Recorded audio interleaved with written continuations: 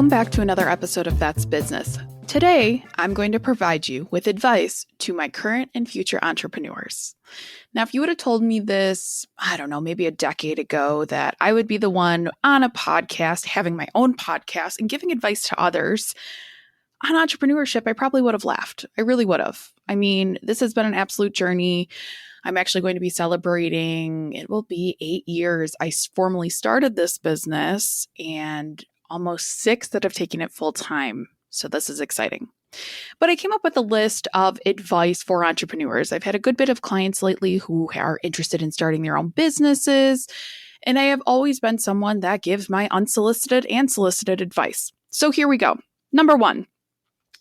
I'm going to tell you right now, there's never going to be a clear right time to start or change your business. And what you have to do is do what feels right. If you know my journey, you know I started this business in 2017 while I was working in corporate America. I had this idea after helping many people as a recruiter write their resumes, give career advice, interviewing advice, and the whole 9 yards. And I started it, but I was like, I can't take this full time. There's no way. I just need to know when the time feels right. Well, it took me getting fired from my job to say, all right, let's see if this is going to work.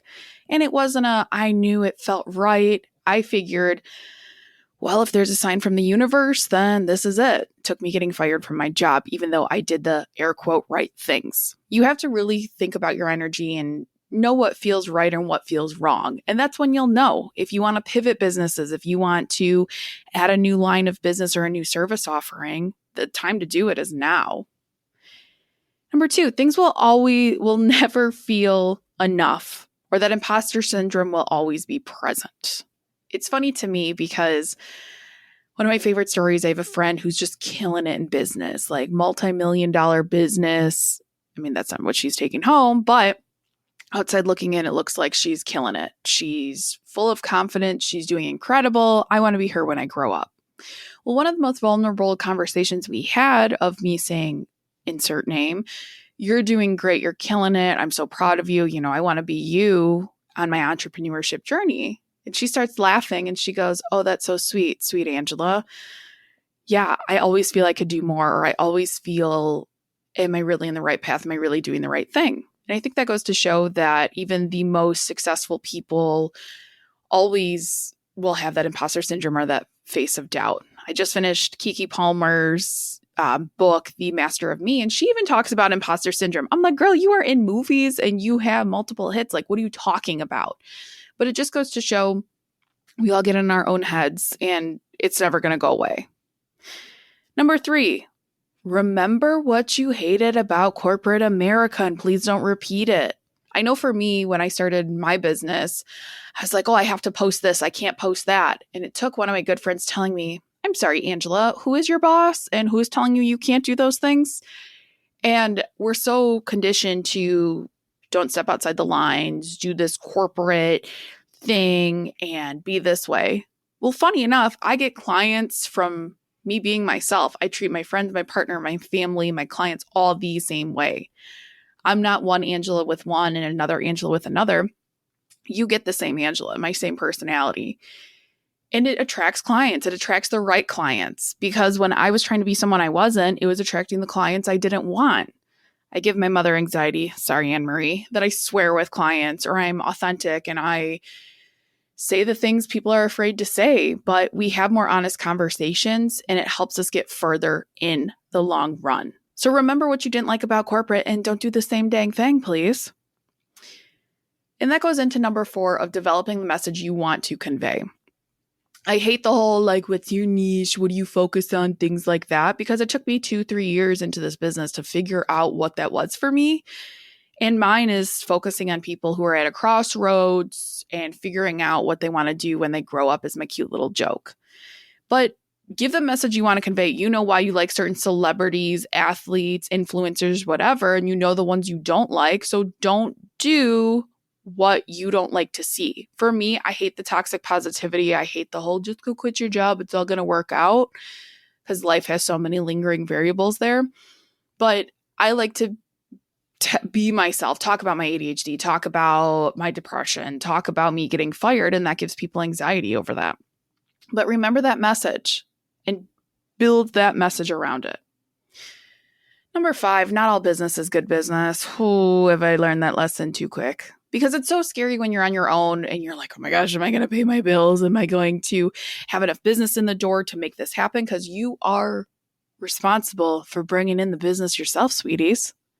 And that's what's scary, where I've yet to meet an entrepreneur who hasn't made this mistake of saying yes to everything, saying yes to all the engagements, saying yes to all the clients. And that's what's led me to some not so great clients. Just had one of probably about a month ago that the consultation was a little iffy. I was feeling a little uneasy about it. And I was actually shocked to see that these 2 clients signed up. And of course, it ended in disaster, as the feeling I had was going to happen. And I should have just trusted my gut and said, I don't think we're a good match for each other. But we all make that mistake. I just made it. And the right clients will come to you, the right speaking engagements, the right opportunities will naturally come to you. It's just what you put yourself out there as. Number 6 is arguably one of the hardest ones. I mean, celebrating the wins and learning from the lessons. It's hard celebrating ourselves. But when someone told me this, and I have this lovely, lovely, incredible business coach, Berhinda Williams, who has actually been on this podcast, every time we meet, it's what went well for you. What are we celebrating today? And what she had said to me during one session is I listed a few things and I'm like, well, those aren't really wins. And she's like, Miss Ma'am, yes, they are. And I think we're just so used to, a win's got to be a multi-million-dollar contract or something really huge. And it's not. I mean, one of my wins was feeling good about the decisions I was making for our strategic plan moving forward, or making sure all of that is aligned. And that was a win. So it's celebrating the little wins and learning from the lessons. I have made so many mistakes. I should probably do a podcast on all the mistakes I've made with running this business. I have spent many a tears upset over wrong contractors I hired, wrong people I hired to make things happen, spending too much money. I mean, you name it, using the wrong CRM. I mean, whatever you want to talk about, I probably can give you a story about. But number 7, giving energy to those that support you. Oh, this was so eye-opening.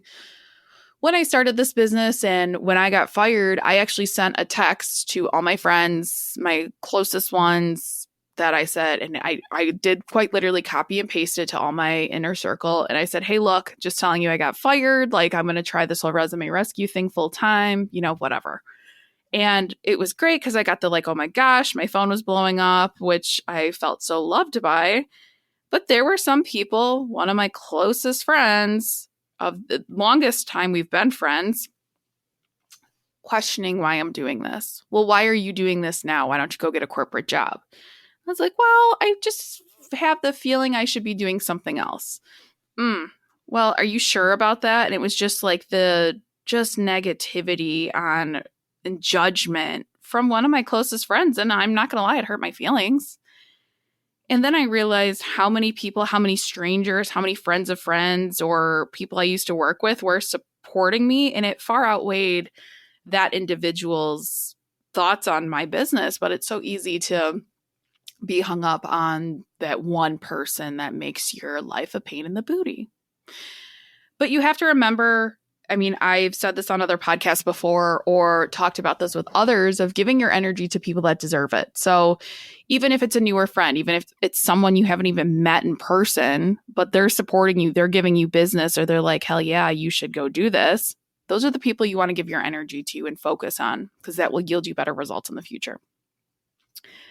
Number 8, one of the most controversial ones of people that hate this subject. Social media is your friend, not your enemy. As someone who was a social media hater back in probably 2017, 2018, I think it was 2017. And I said, all right, everyone's on this whole LinkedIn thing and social media. I guess I'll do it. And I was like a moody teenager of not wanting to do it. But what had happened with that is I started posting, and I'm still not great at posting every day. I hope I will be one day, but we get so much business from social media. It is quite literally ridiculous. Every single paid speaking engagement I have received to date has all been through social media. Listen to that again. Every paid speaking engagement I've had has been through social media. That's wild. That's absolutely wild for me to think about. And I'm not one, I don't look at what time of day I post. I don't have a cadence, and I'm not saying you should do it this way because I definitely could be better at it. But I post when I want to. I try to keep up with it, but some weeks are crazier than others and the creativity just ain't flowing. But social media is your friend. That's how you can build your business. It's the way of the current and it's the way of the future. And guess what? It's not going anywhere. So instead of being against it, you need to embrace it or you're going to be left in the past. Number 9, we all have older entrepreneurs in our life or our elder family members that tell you how to run your business. So number 9 is take what retired entrepreneurs say with a grain of salt at times. I'm not saying just because they're older, they don't have good nuggets of wisdom, because they do. But I have someone who shall not be named in my life who is an older entrepreneur, hasn't had their business in probably about a decade. And when it comes to what time off I give my employees or the flexibility, they were just up in arms. Well, why would you pay for someone's leave? Why would you give them unlimited PTO? You know, they're going to take advantage of you and you need to save some money. And I start laughing and I'm like, agree to disagree, because these employees are the backbone of this company. Like, what are you talking about here? So I took that with a grain of salt, where I'm not going to get all up in arms about it and argue until the end of time. It's an agree to disagree, because the times are different now. Things are so expensive. I mean, if you look at the numbers of what was happening in the world or what you can afford on a $40,000, $50,000 a year salary back in the 70s and 80s even the 60s is wild. But you can't do that now. So you can't compare apples and oranges and act like it's all the same, you know, when they started their business and how they treated their employees, because sure as hell is not. Number 10, I arguably suffer with, and I still do this and I try not to, is trying not to compare yourself to others. Social media, back on that one I said 2 ago. I mean, it's easy to compare ourselves to others, but you have to remember people are at different phases of their business or their lives. You know, that person that's making $1 million a year, and I have people in my industry who are doing far better than me. I have to remember, and I do sit back and remember, like, I started this business with no financial backing. I was living paycheck to paycheck at the time. Anything that's invested in this business was from my own blood, sweat, and tears. I didn't get a venture capital. I didn't get any capital actually to start this. And not that I'm saying that was the right way to go, but you know, when you get some money backing that and you have the followers and then you start a business, it's a lot easier to go crazier with it or to get a lot of buy-in from it, or paid ads. I haven't done paid ads. That's an area of opportunity. So I can't sit here and compare myself and others to others, because no two situations are the same. And when I do go down that path of comparing myself of the woe is me, why am I not doing this? Why am I not being successful? I have to sit back and remember, like, stop. Why are we feeling this way? And my therapist and I named my negative self-talk, or we just call her the bully. She's like the mean girl.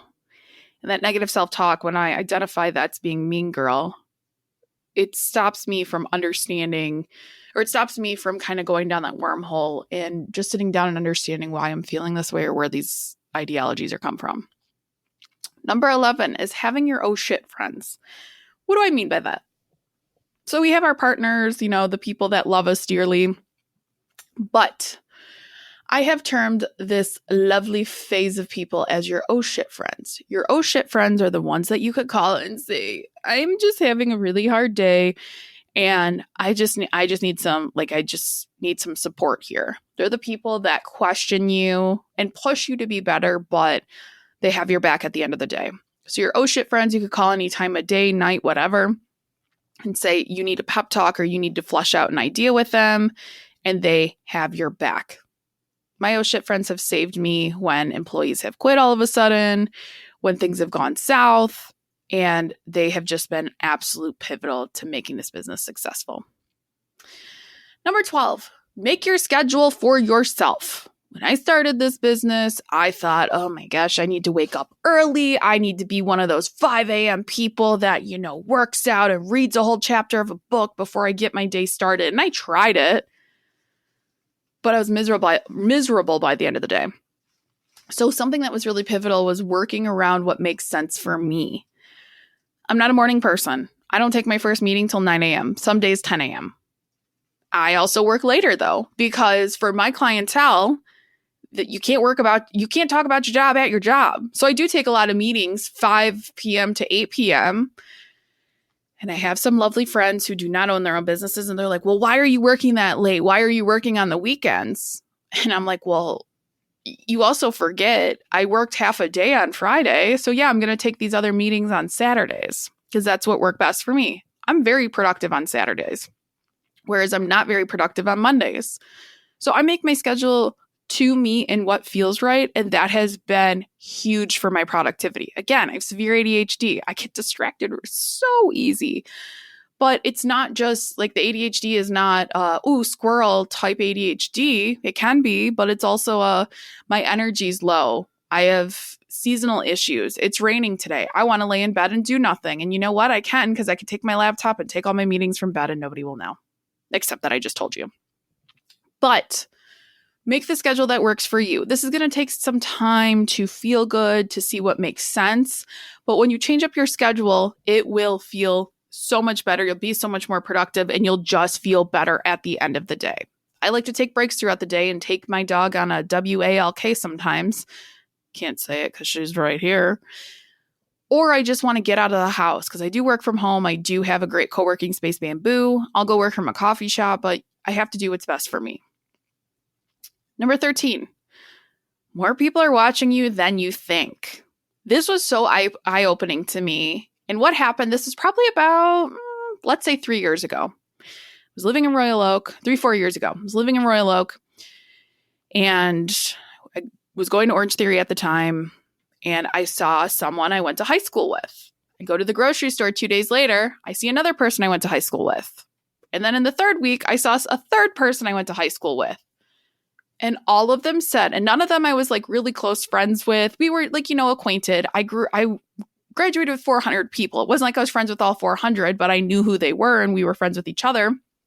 But every single one of them said, oh my God, you're killing it. I'm so proud of you and your business. Like you're doing phenomenal. I was like, oh, that's crazy. Like, I didn't even know you were seeing that. And as I kept thinking of that instead of immediately saying, oh yeah, no, I try, or like, oh no, it just happens, or oh, you're so sweet, but I'm really not killing it, or like reverse psychology on those, I accepted it. And then I was like, okay, if people are seeing this, maybe I'm onto something here. So posting or seeing things, even if people are not engaging with your posts, they're still freaking seeing them. So don't be negative on yourself for those. They're watching you more than you think. I get so many referrals from people I haven't talked to in a decade plus, or people that are seeing what I'm doing and just like think it's awesome. So just remember that. Number 14, get a group of fellow entrepreneurs as friends. I hate the word networking because I think we're just so trained to say like networking is a suit and tie and shaking hands and handing out business cards, which it can be.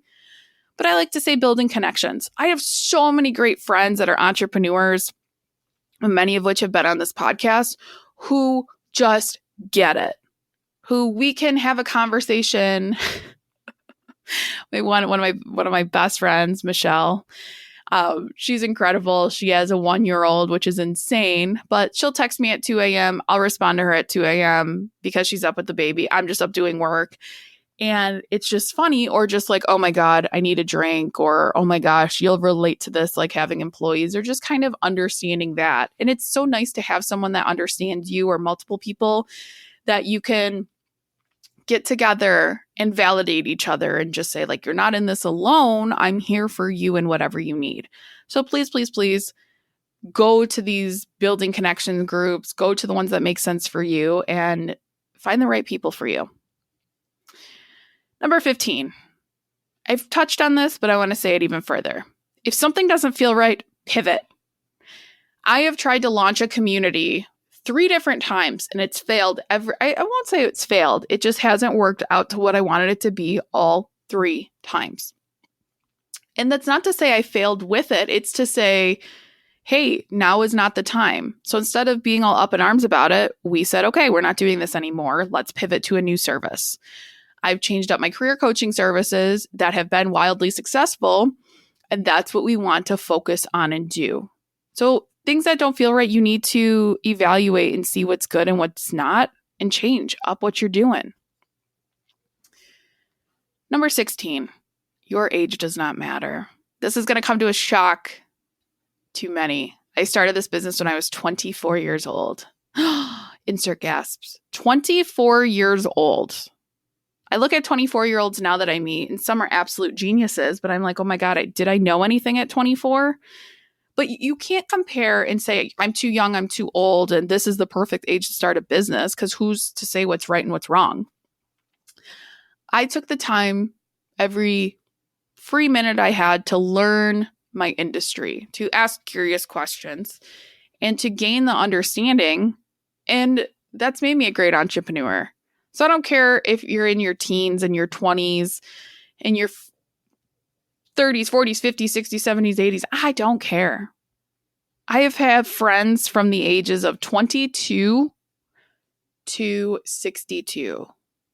That's a big range. Some of my friends are older than my parents. And age just does not matter, where we're just trained like elders have respect for elders and you're in different generations and you suck and I don't care. You need to float towards the people that respect you. You need to float towards the people that have your back and that you feel really good with. Like, that's what you need to do. So I don't care how old you are. You're not too old. You're not too young. Like, just do the damn thing. Number 17. You need to spend some time with your business for a few years. It's not going to be successful immediately. I hope and pray it is. But if I would have given up 2-3 years ago, or I would say probably 2 years in, when I was like, I'm in debt, I can't handle this, I don't know what I'm doing, I would be so devastated, because this year has been already so successful, so many opportunities, and it does take a few times to stay with it. Obviously, if you're in debt and every situation's different, but try to hang on as much as you can, please. Because then you'll see it. I forgot the statistic, but it's like 80% of small businesses fail within the first 5 years or something crazy. Don't quote me on that stat, but it's some insane number like that. So just remember that. And number 18, tell your partner and your people what you need. Being so transparent with my partner, Dan, shout out to Dan, and just understanding like, hey, sometimes I don't need solutions. Sometimes I'm going to come out of my office. I'm going to complain for a minute. I need you to agree with me, and then I'll go away. And that's what he's done. Sometimes I want solutions where I say, hey, I need a solution to this. What do you think? Or, hey, he notices when I'm stressed and understands, like, hey, how about we get out of the house? Like, you need to get away from your desk. You haven't moved in 8 hours. Like, let's go.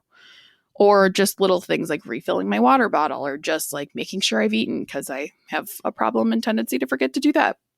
But tell your people what you need, and they will support you.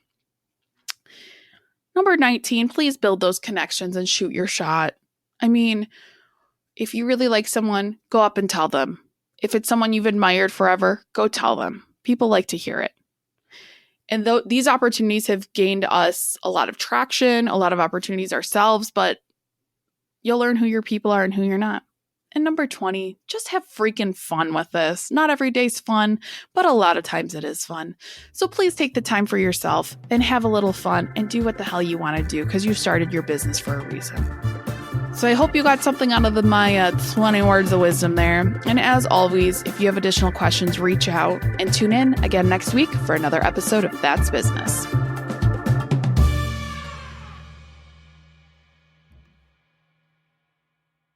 If you're looking for a career change and you're not sure where to start, the Resume Rescue can help. Sure, there's no such thing as the perfect fit for everyone, but here at the Resume Rescue, we're on a mission to find the perfect solution for you.